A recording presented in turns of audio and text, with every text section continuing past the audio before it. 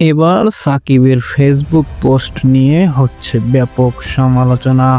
দীর্ঘদিন সাকিব আল হাসান আছেন ক্রিকেটের বাইরে, কিন্তু সাকিব ক্রিকেটের বাইরে থাকলেও সাকিবকে নিয়ে সবসময় আলোচনার থাকে তুঙ্গে।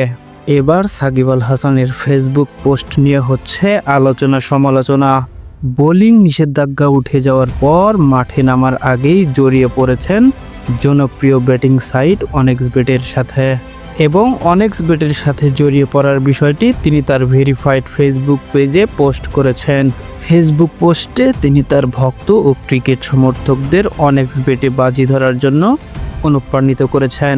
তাই তো সাকিবের এমন কাণ্ড বাংলাদেশি ক্রিকেট সমর্থকরা স্বাভাবিকভাবে নিতে পারছেন না।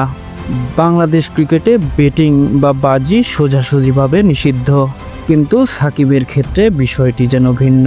এর আগেও এমন কাণ্ড ঘটিয়েছেন কয়েকবার, এবং এর আগেই প্রায় নিষিদ্ধ হয়েছিলেন সাকিব।